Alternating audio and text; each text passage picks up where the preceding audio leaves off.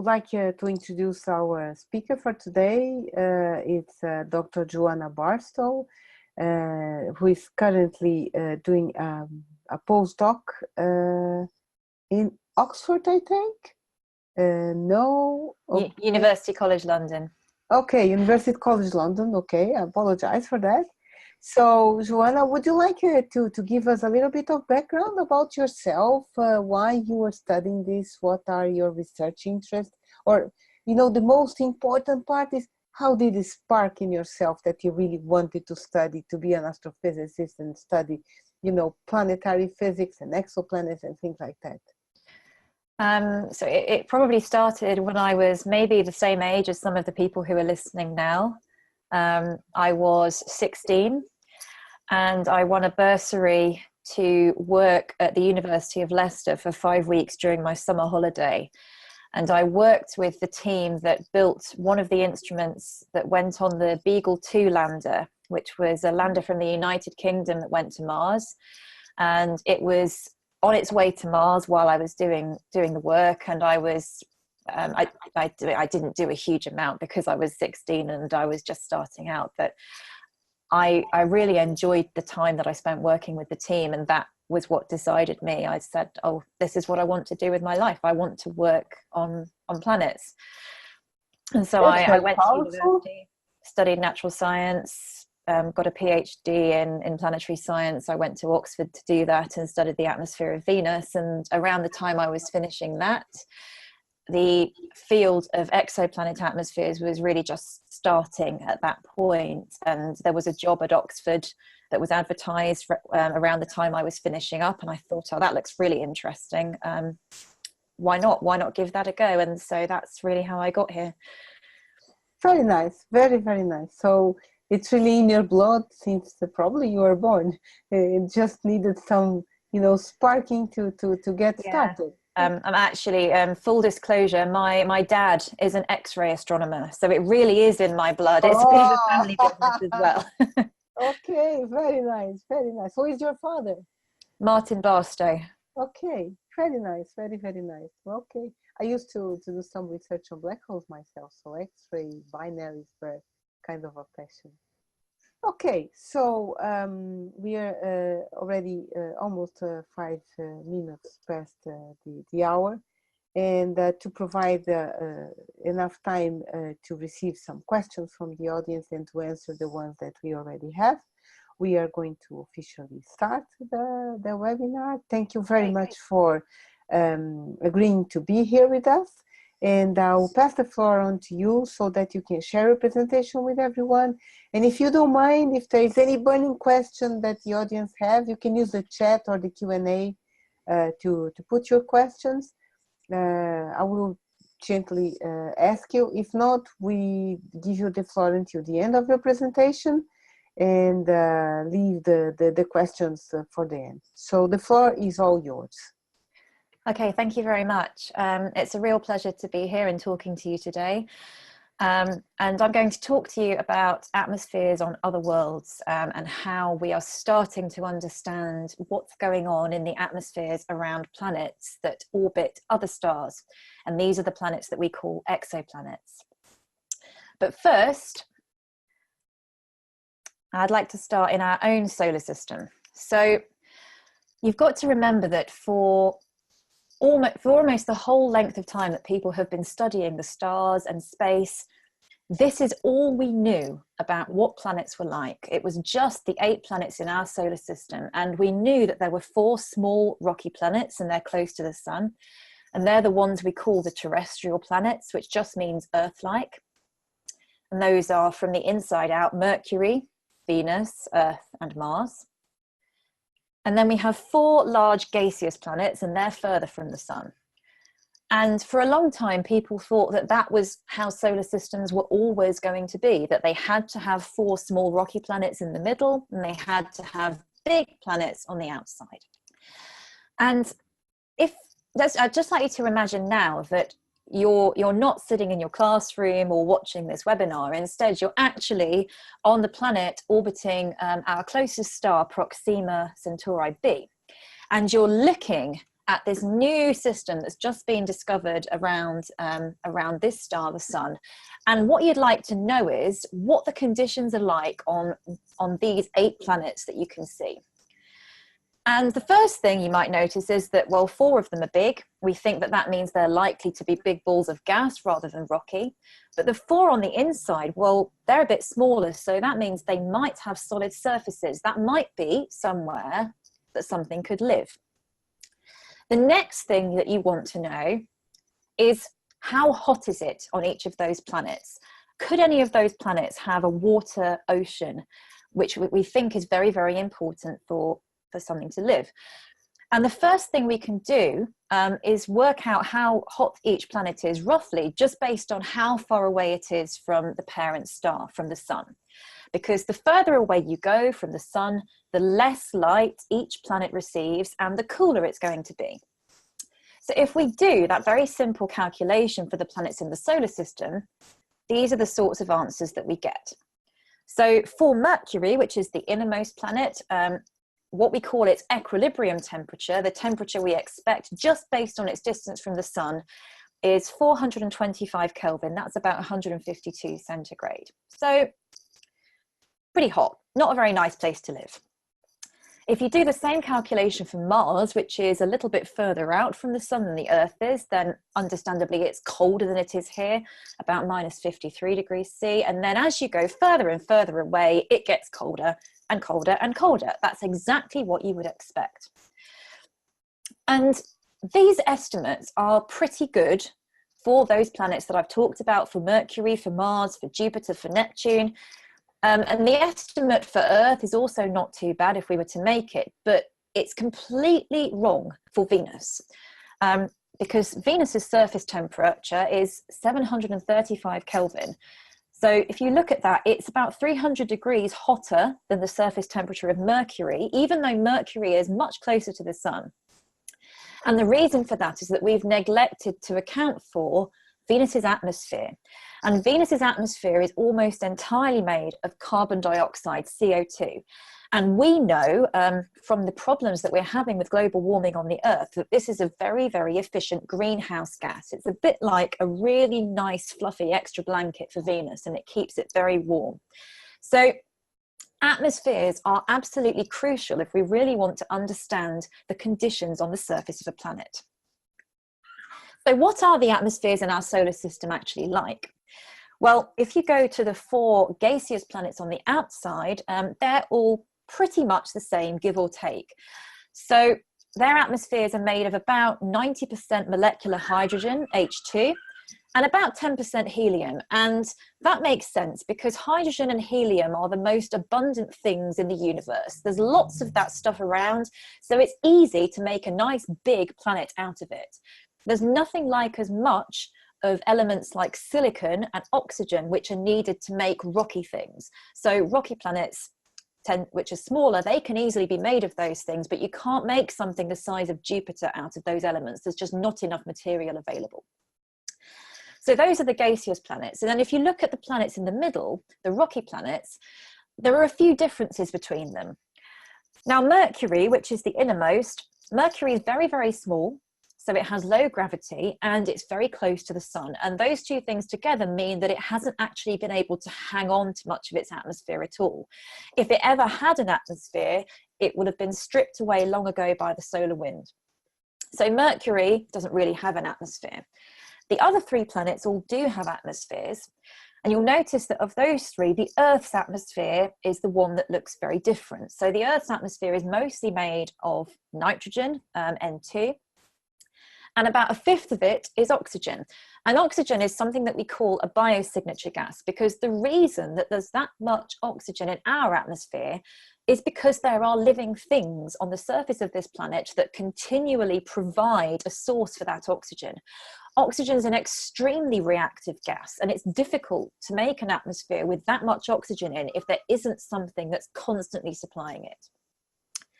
Then we look at Venus and Mars, and you'll notice that their atmospheres are actually very, very similar, almost completely made of carbon dioxide. And you might be wondering, okay, well, if Mars's atmosphere is made of so much carbon dioxide, then why doesn't Mars have a greenhouse effect of the same sort of size as Venus is, and it doesn't. The reason for that is, again, that Mars is quite small, so it has low gravity, and it hasn't been able to hang on to a very big atmosphere. It's done quite a bit better than Mercury. It still has some atmosphere, but the atmosphere is quite thin. So even though it's mostly made of a greenhouse gas, it's not thick enough to have the same sort of effect as the atmosphere of Venus. And finally, one thing you'll notice is that there are 2 planets that have lots of CO2. What happened to all of the CO2 on the Earth? Where's it gone? And where it's gone is into rocks. So Earth is the only planet that's had a long-term liquid water ocean, and that has enabled the formation of rocks with carbon in them. And that's where we think most of the Earth's carbon budget has gone. It's in the rocks, whereas on Venus and Mars, most of the carbon is still in the atmosphere. So this is what our solar system looks like, roughly speaking. And what we would really love to know is whether this is typical or whether it's actually a bit of an unusual solar system. And the only way that we can find that out is to start looking at planets around other stars and see if they resemble the ones around our star or if they're different. And that means, of course, the first thing we need to do is find those planets. Now, I'm starting to feel a little bit old here, because I suspect that for many of you, the first confirmed detection of an exoplanet was before you were born. Whereas I was about 9 years old when that was found. So this was a planet called 51 Pegasi b. It was the first planet found around a star like the Sun, and that was in 1995. And since then, as of last week, we have 3,872 exoplanets that have been confirmed, listed in the NASA Exoplanet Archive.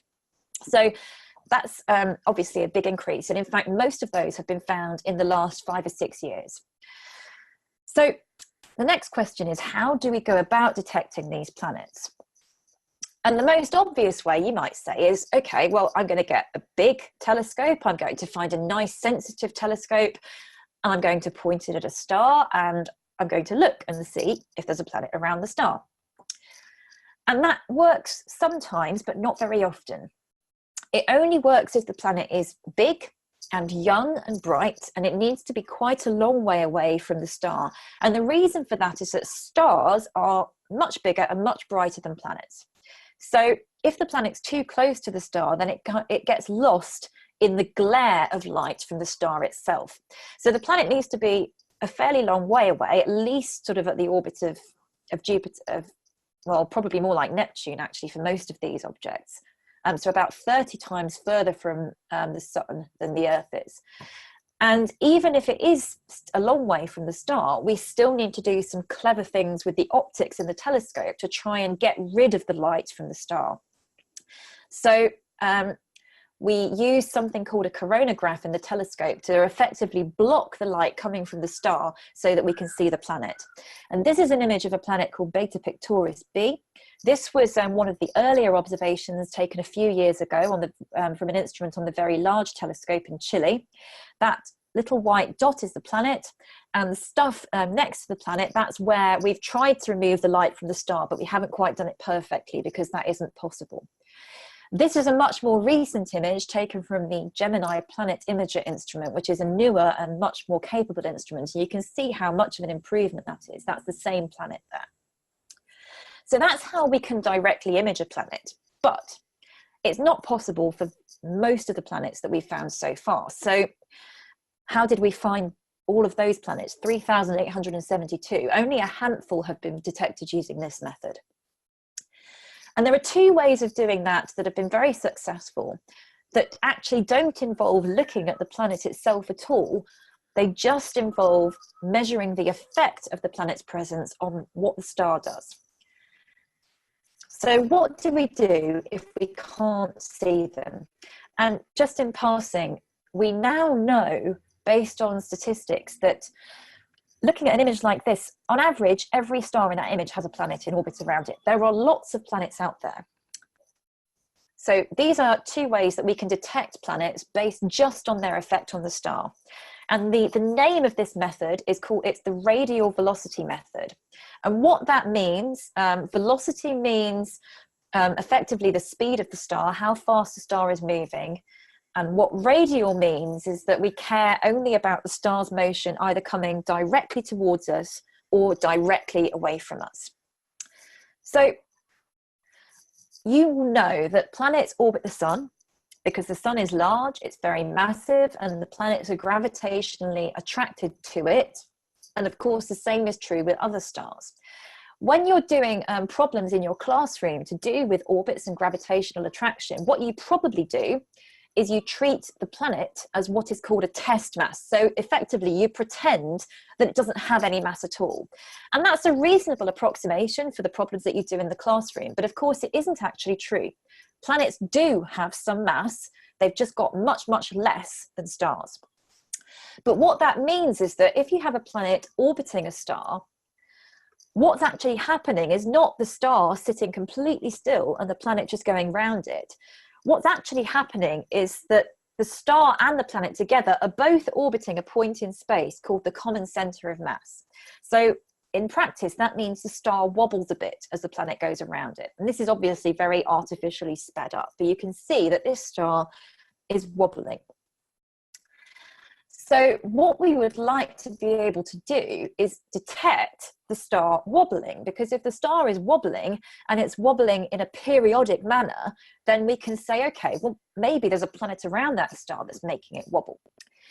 How do we do that? Well, most of the time, the wobble is too small for us to look at the star and actually see it moving on the sky. So the way that we do that is using a technique called spectroscopy. We look at the light coming from the star and we spread it out into all of its colors and wavelengths. And if the star is moving towards us, then that light, it's going to be a little bit compressed. If you imagine the light waves a little bit like a slinky spring, then as the star's moving towards you, it's going to be a bit squished. And as the star's moving away, it's going to be stretched out slightly. And this is called the Doppler effect. And it's exactly the same thing as we notice with sound. If there's something like a police car that's emitting a siren, if you're walking along the street and the police car is behind you and coming up to you, then you can hear the siren going, you can hear the sound of it. And then as it goes past, as it's coming towards you, those sound waves are going to be compressed. But when it goes past you, the sound waves are going to be stretched out because the car's now moving away from you. And you can hear that change in the pitch of the sound as the car goes past you. It's exactly the same thing that we're talking about here, but we're just talking about light waves instead of sound waves. So your next question might be, okay, well, how on earth can you tell whether light is stretched or whether it's compressed? And what that actually does is it changes the color of the light. So squished light is slightly bluer than it would otherwise be, and stretched light is a little bit redder than it would otherwise be. And the way that we can tell if the color has changed slightly is because certain colors of light are absorbed by specific gases. So if a light photon, a packet of light with a certain energy and a certain color encounters an electron in an atom, if it has exactly the right amount of energy, then it can kick that electron into a higher energy state. And likewise, if you have a molecule, say of something like water, and a photon, with exactly the right energy comes along, then it can make the bonds in the molecule vibrate in a particular way. And we know, based on quantum physics, exactly what colors of light should be absorbed by a particular gas. And this is an example of the spectrum from our sun. So this is the light from the sun that's spread out all the way across its range of wavelengths. You can see this beautiful rainbow going from red through to violet. And there are lots of little black lines in that rainbow. And those little black lines are specific colors or wavelengths where there is a gas in the outer layers of the sun that absorbs that particular color. And we know very, very precisely exactly where those little black lines should be. And we know that for other stars as well. So if the position of those black regions changes even very, very slightly, we can measure it. And that tells us whether the light is being squished or whether it's being stretched. And this is a little video just demonstrating that. It's very, very highly exaggerated video.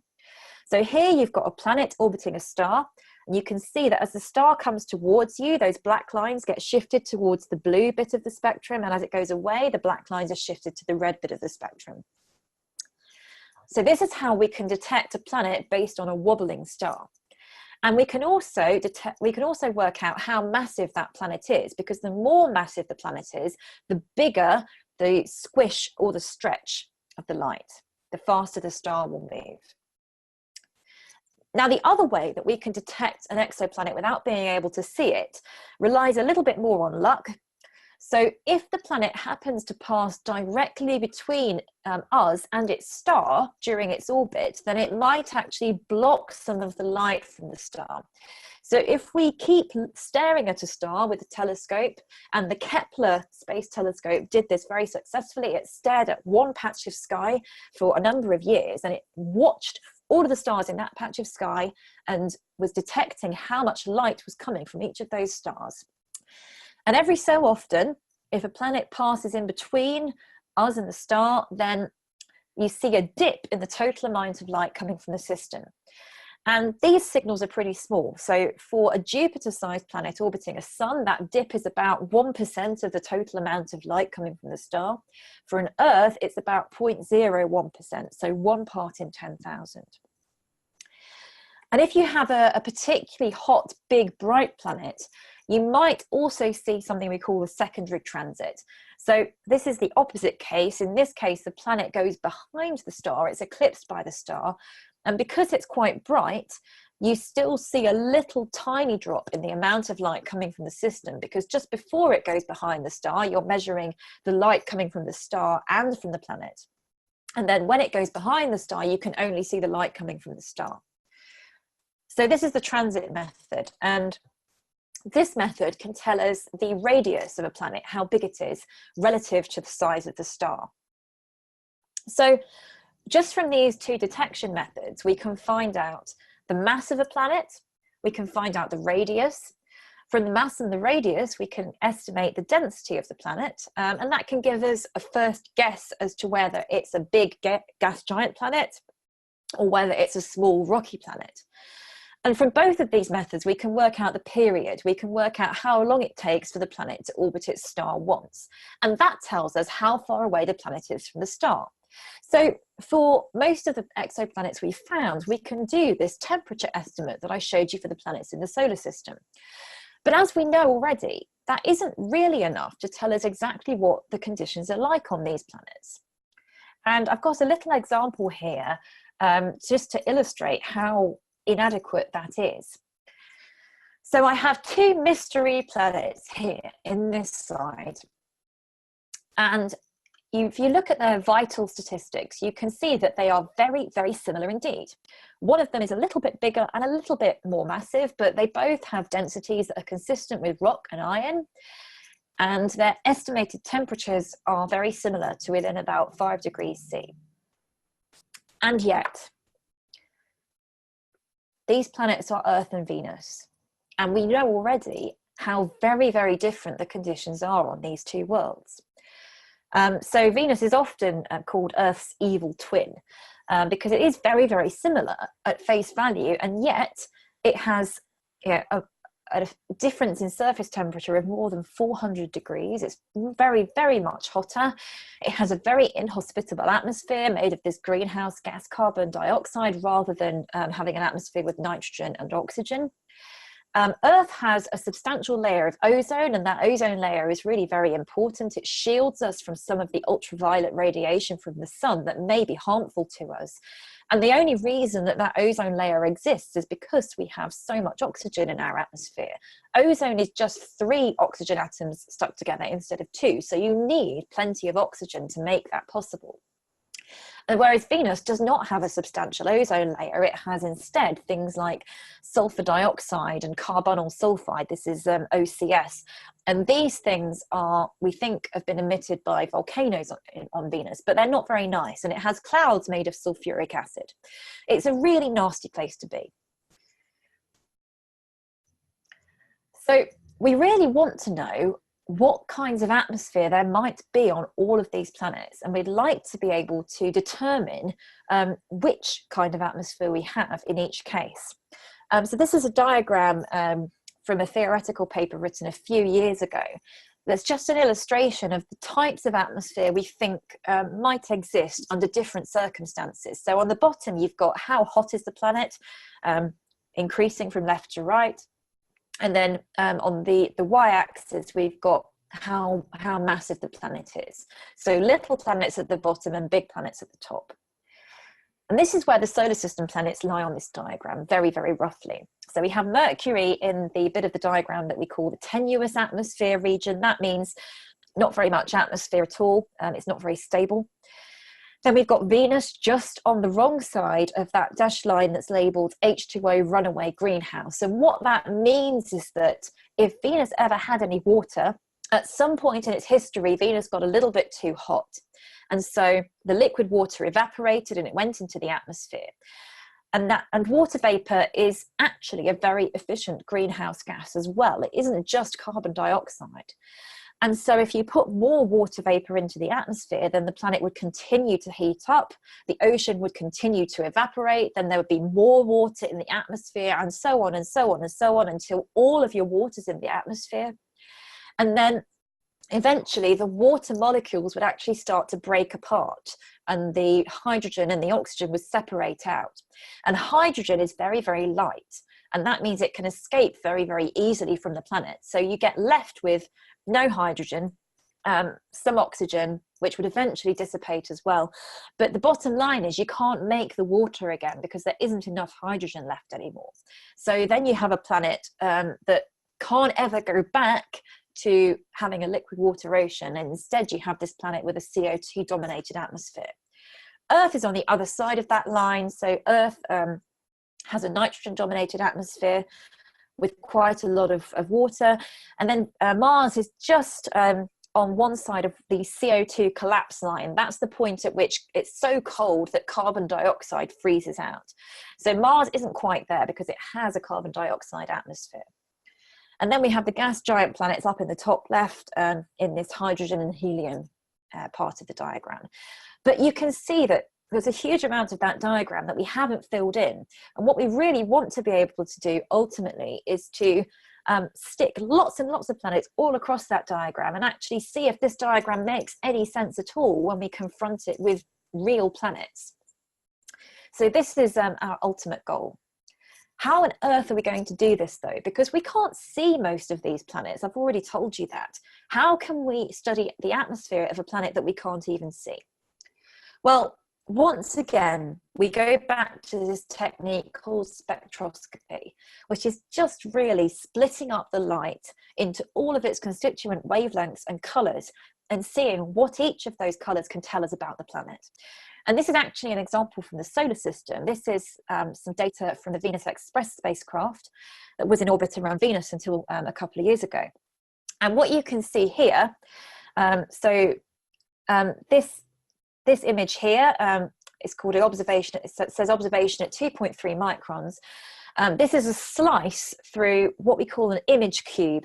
And what this image cube actually contains is a picture of a bit of Venus at lots and lots and lots of different colors, all stacked up on top of each other. So we can take a slice through the cube at any point and get a picture like that of what Venus looks like at a particular color.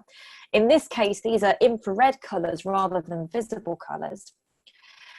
But what we can also do is look at one pixel in that image, and we can take a spectrum in that pixel. And on the left, that's what you can see. So that's basically how much light is coming from Venus at different colors or wavelengths in the infrared. And what you might notice is that actually in most of those colors, there isn't much light coming from Venus at all. And the reason for that is its CO2 atmosphere. It has this very, very thick atmosphere that's really good at absorbing infrared light. But there are a few places where you can see light coming out, and that can tell us all sorts of things, because the precise shape of that spectrum changes depending on what you assume about different properties of the atmosphere.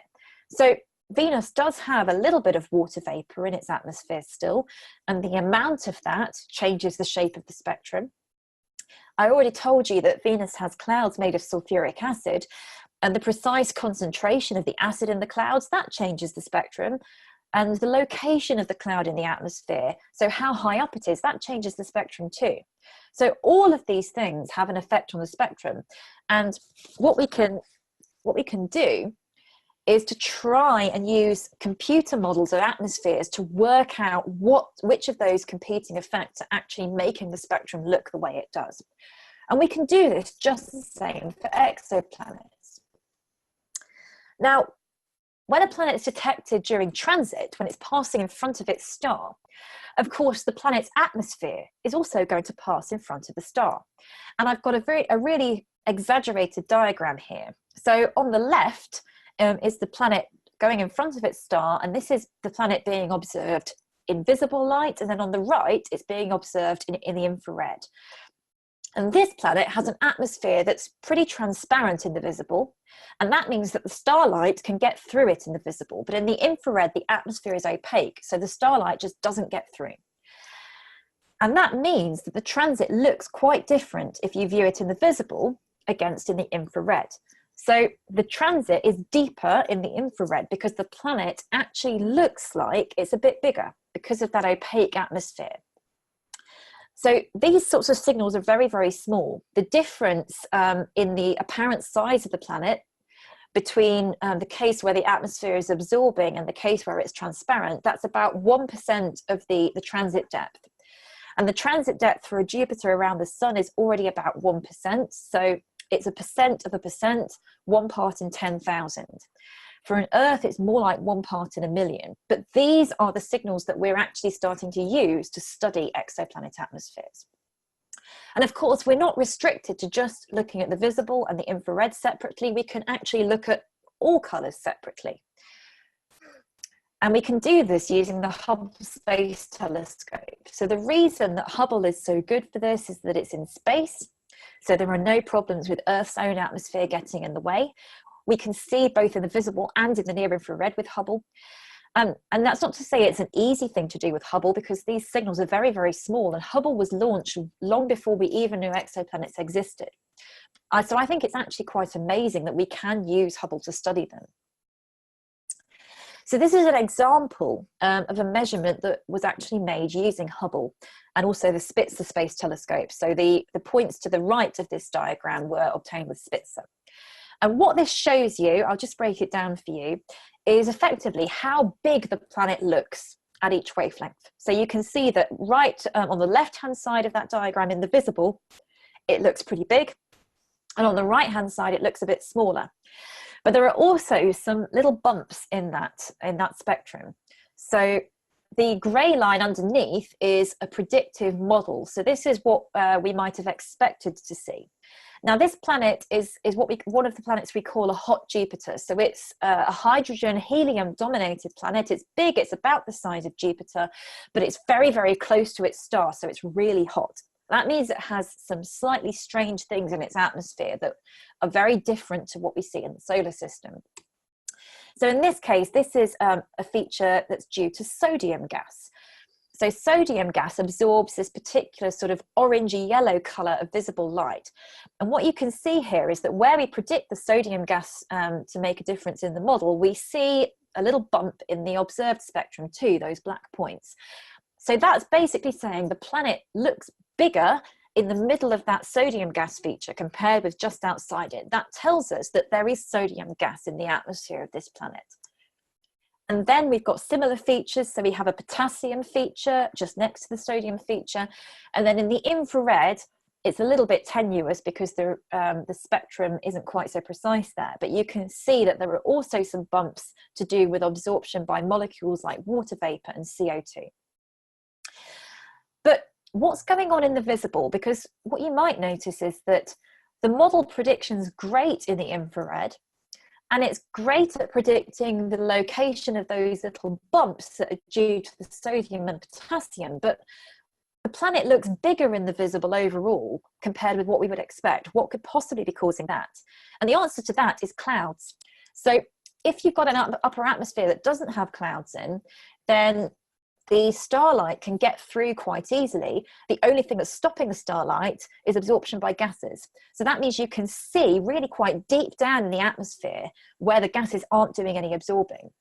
and the planet will look really quite small, comparatively speaking, where there aren't any absorbing gases. But if you put clouds in there, then that makes the planet pretty opaque at every wavelength. It stops light getting through.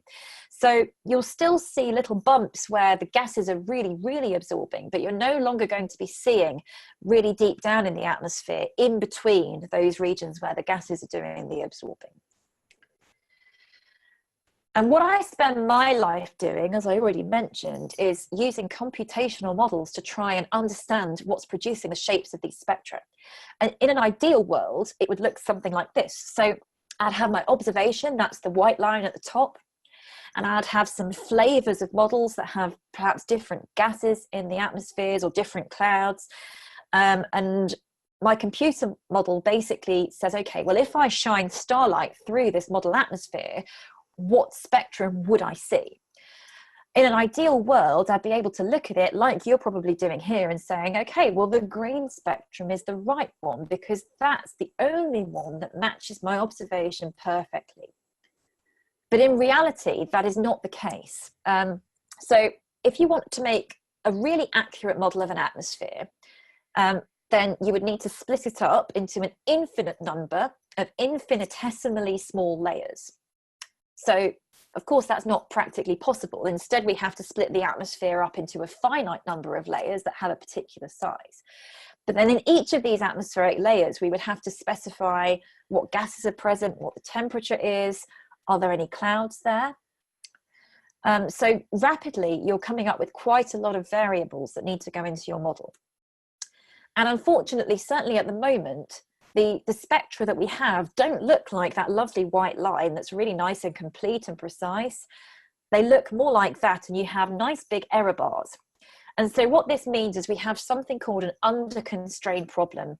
We are trying to extract more information from the spectrum than is actually there. There aren't enough individual pieces of information in our observation to tell us absolutely for certain what's going on in our atmosphere.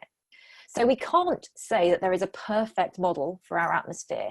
All we can do is say that there are some models that produce a better fit than others. And so this is an example of some of the more recent work I've done. So these 10 hot Jupiters, these are all Jupiter roughly, or a little bit smaller sized planets that are really close to their parent stars. And these were all observed with the Hubble Space Telescope and Spitzer. And what I wanted to do was to see if there was any information I could get out from those observations about what kinds of clouds were present on these planets. So these are the spectra. Again, on the y-axis, it's basically showing how big the planet is in different colors. And then over to the left of the diagram, we have the visible part of the spectrum. You can see those two little bumps again that I told you were due to sodium and potassium absorbing. And then over in the infrared, there's another bump, a slightly broader bump, and that's absorption by water vapor. And you can see that there are lots of features that look fairly similar across those 10 planets, but there are also some differences. So the sizes of those bumps changes, and you can see that over on the left-hand side, there's a slope on the spectrum, and how steep that is also changes between the planets. So what I wanted to see was, well, could we explain this with different kinds of cloud in the model, different sizes of cloud droplets or different locations?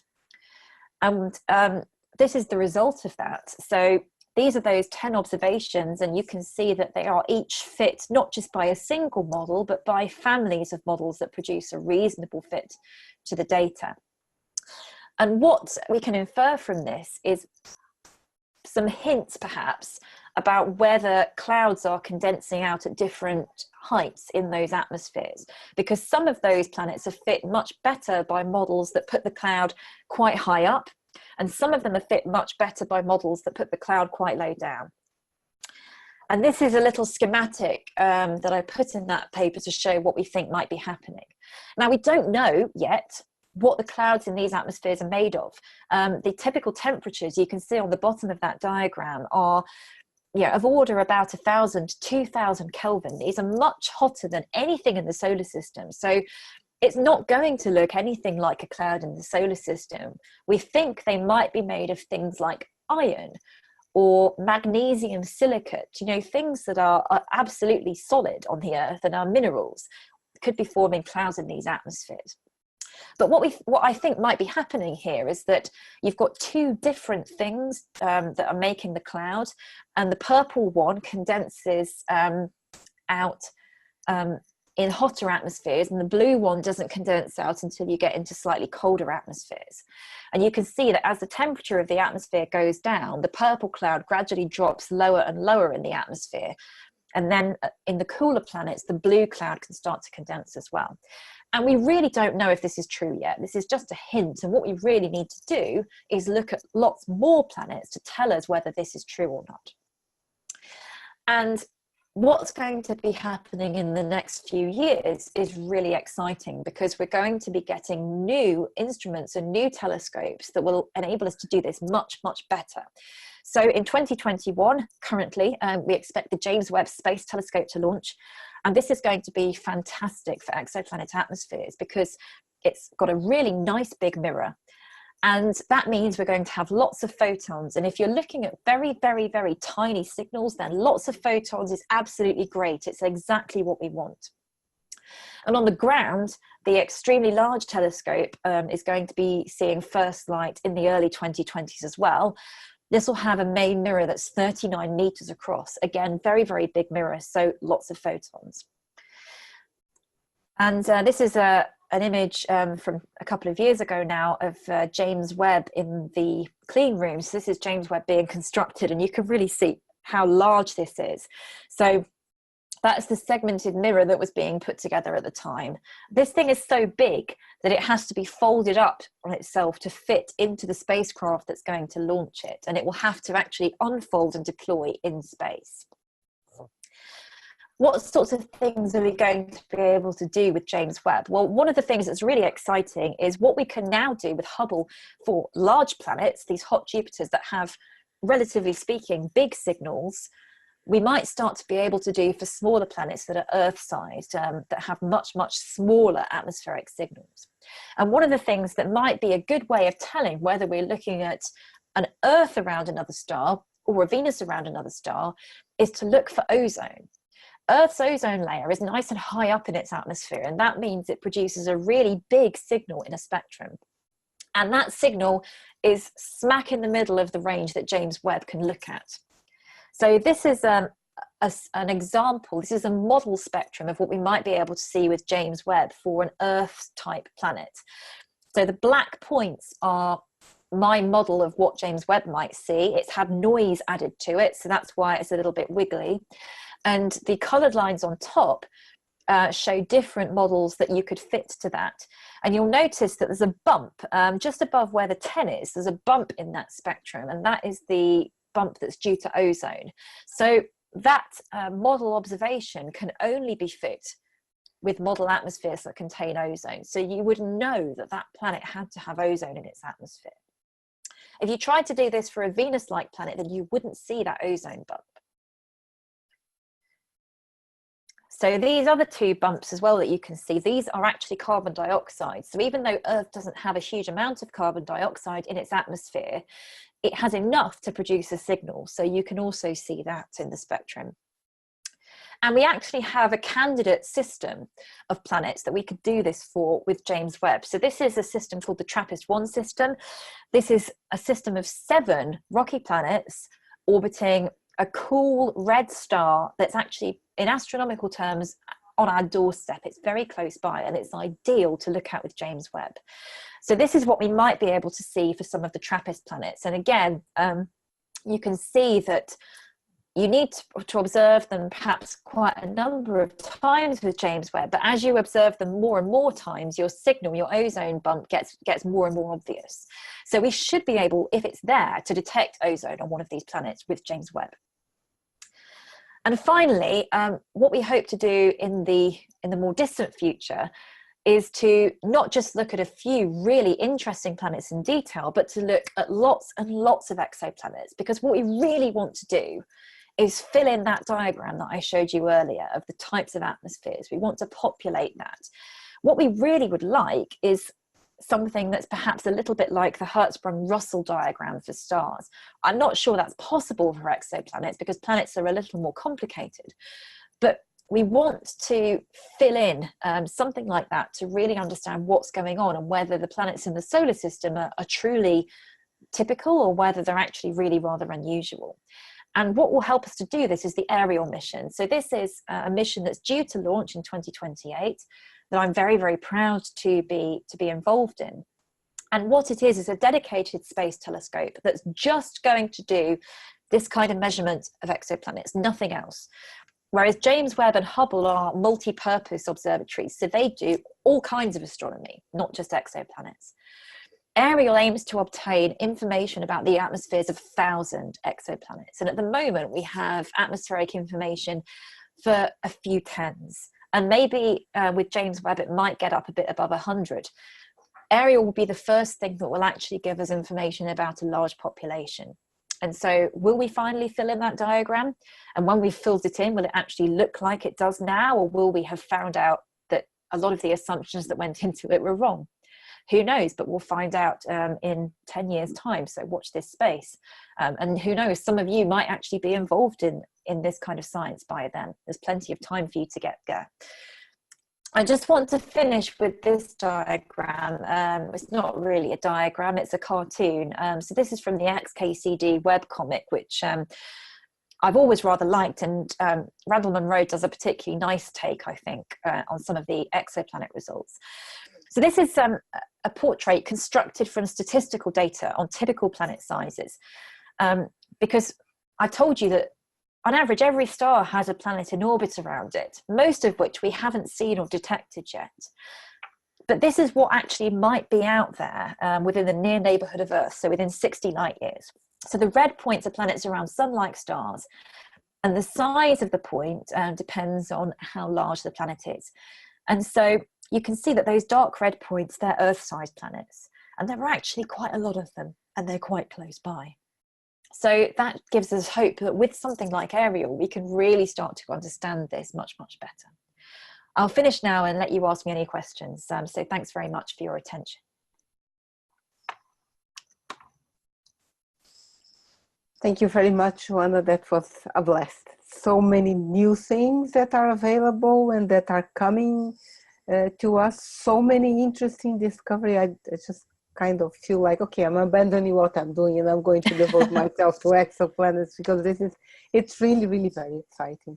And also I like this aspect that it almost feels like we can, you know, already bring that to some schools and have students analyzing. For instance, when you show how the light curves are different when you are watching in the optical and the infrared, and you kind of can analyze more or less about the atmosphere of the project of the planet through transit spectroscopy. Isn't that something that students can do? Yeah, actually, there's no reason if why they not. have the right imagery.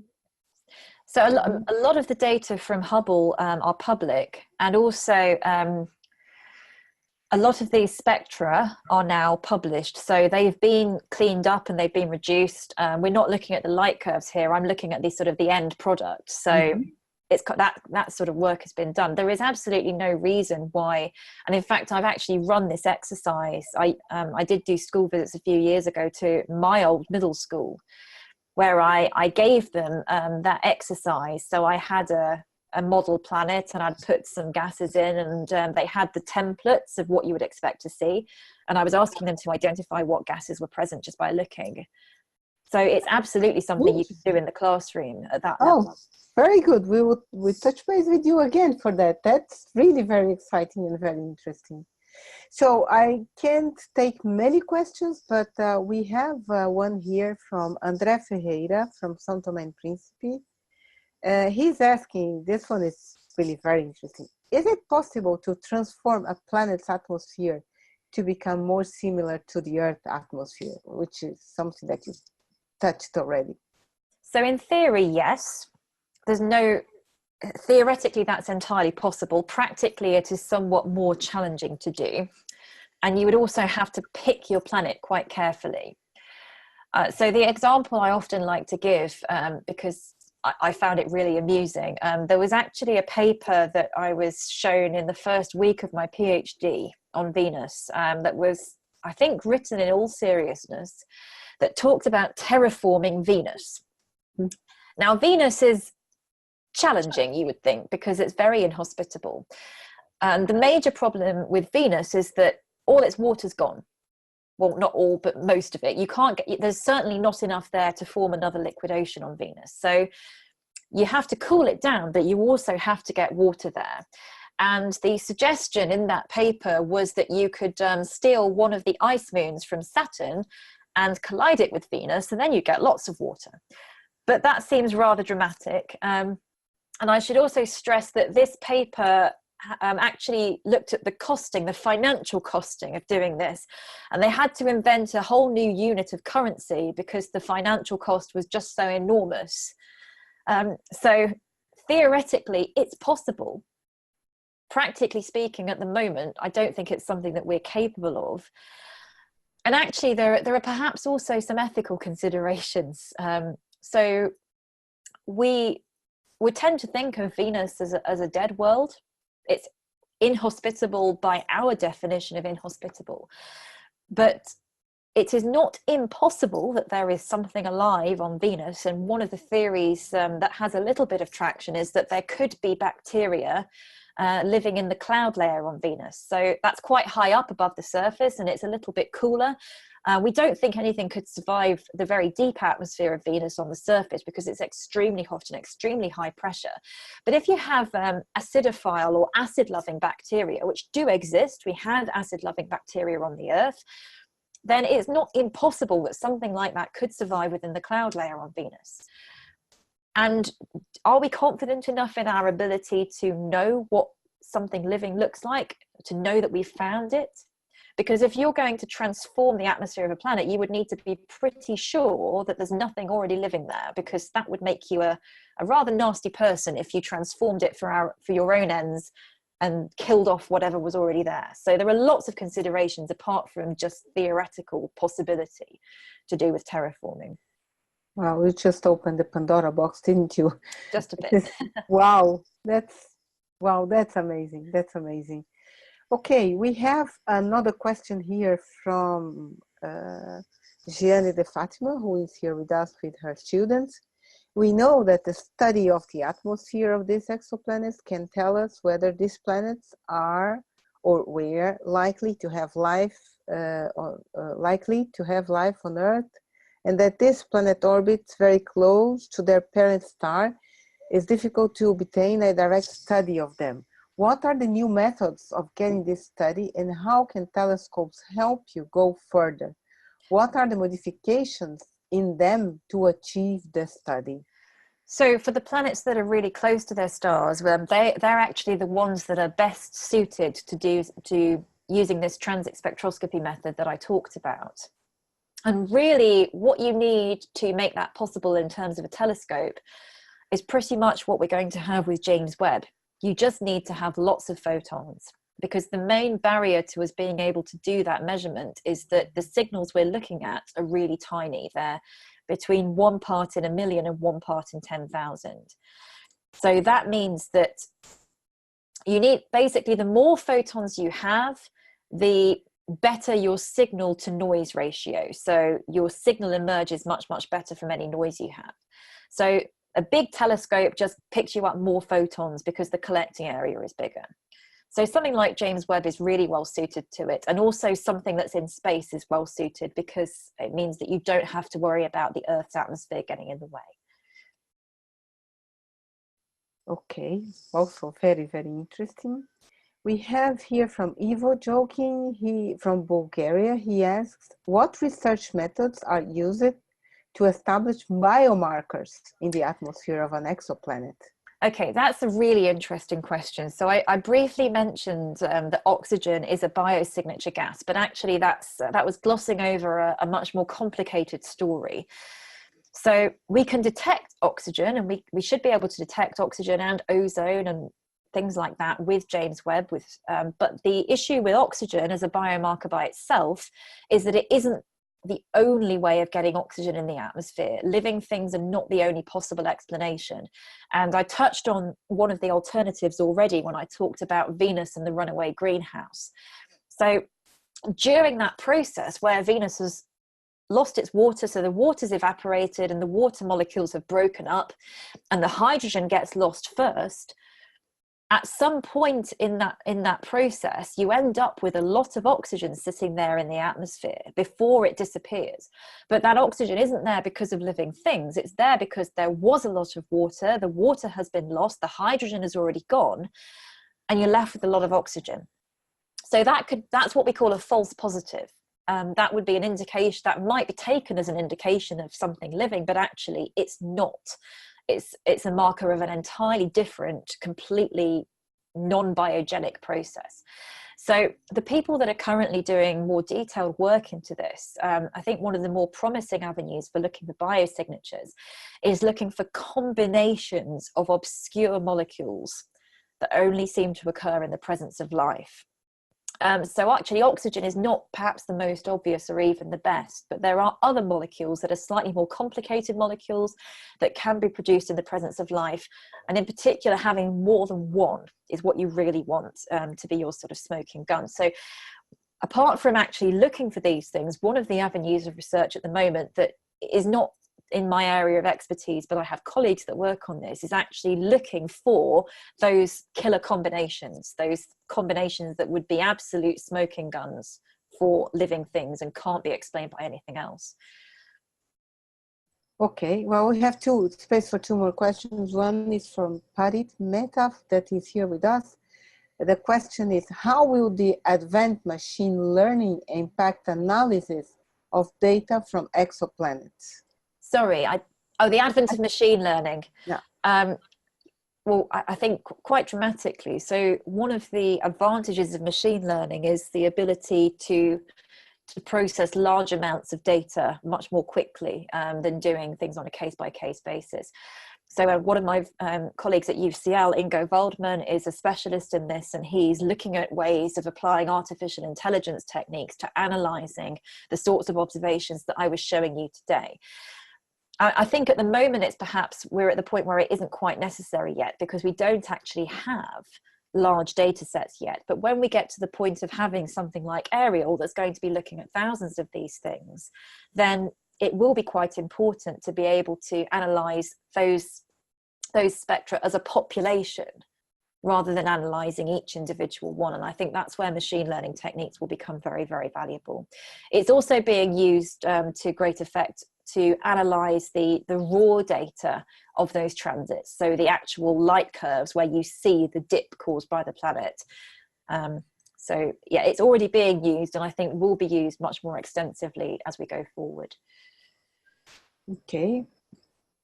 Well, getting speechless by the time you continue talking, to think like, what would be this webinar 10 years from now? Yes.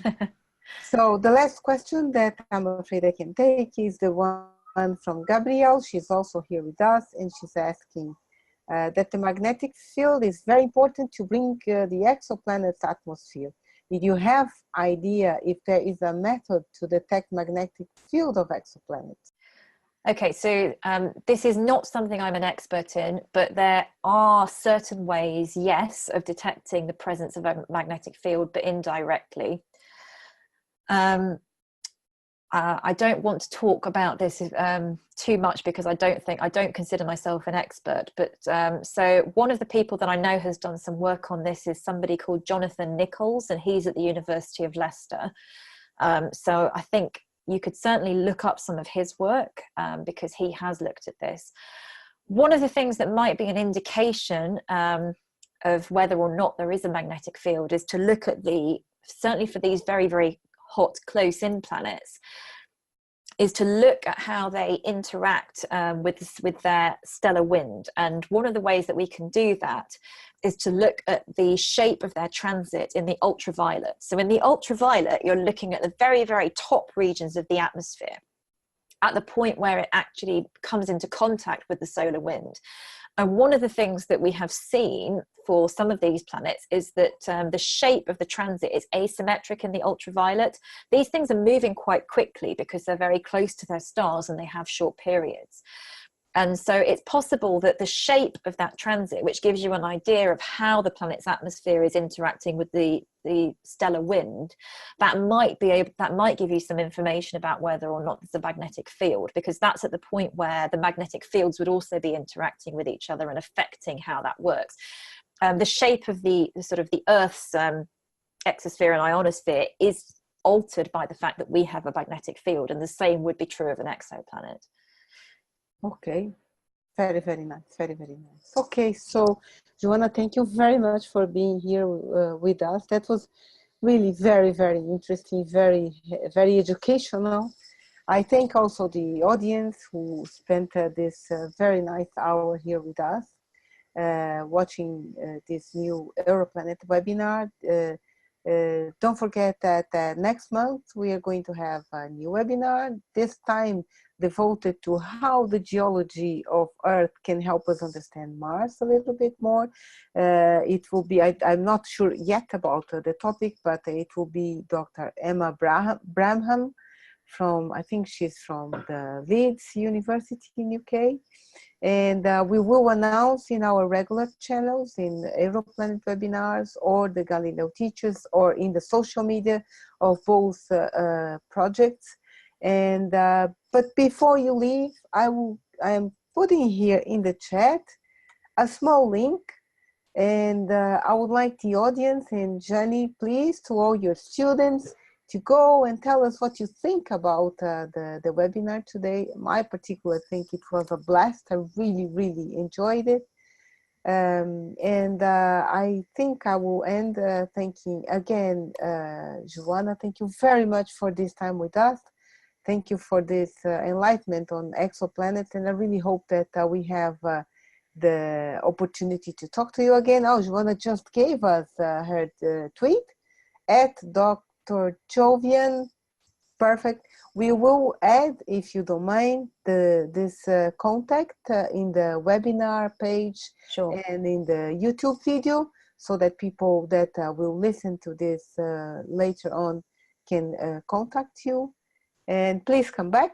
And thank you very much, everyone. It was really great. Thanks for listening. I really enjoyed that. Thank you. Bye. Bye.